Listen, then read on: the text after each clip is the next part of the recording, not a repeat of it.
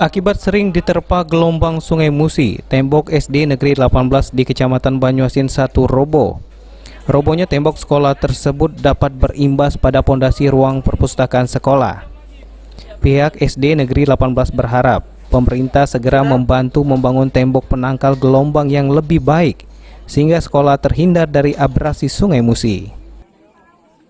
Sejak bulan Januari. Sejak Januari. Nah, sebenarnya ini sudah saya bangun untuk buat dam sehubungan dengan besarnya air, gelombang, dan kendaraan-kendaraan air lewat. Jadi daman saya dari sekolahan itu hancur di bawah arus.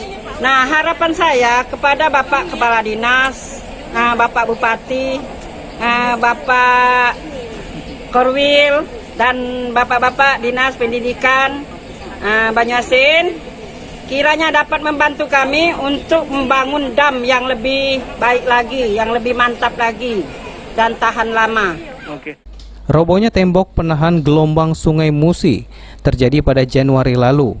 Awalnya hanya sebagian tembok sekolah yang roboh, namun lama-kelamaan mulai merobohkan tembok lainnya.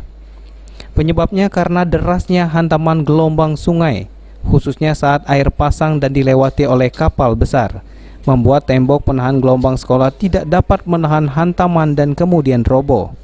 Sementara itu, Ketua PGRI Banyuasin Nasukman yang juga menjabat Kabid TK dan PAUD Diknas Banyuasin meminta pihak sekolah untuk menyampaikan proposal pada Dinas Pendidikan dan Kebudayaan Banyuasin agar dapat diajukan pembangunan tembok penahan gelombang untuk tahun depan. Di Kabupaten Banyuasin sendiri, banyak ditemukan sekolah yang berada di pinggir Sungai Musi, lantaran wilayah yang didominasi daerah perairan. Sulaiman, PAL TV.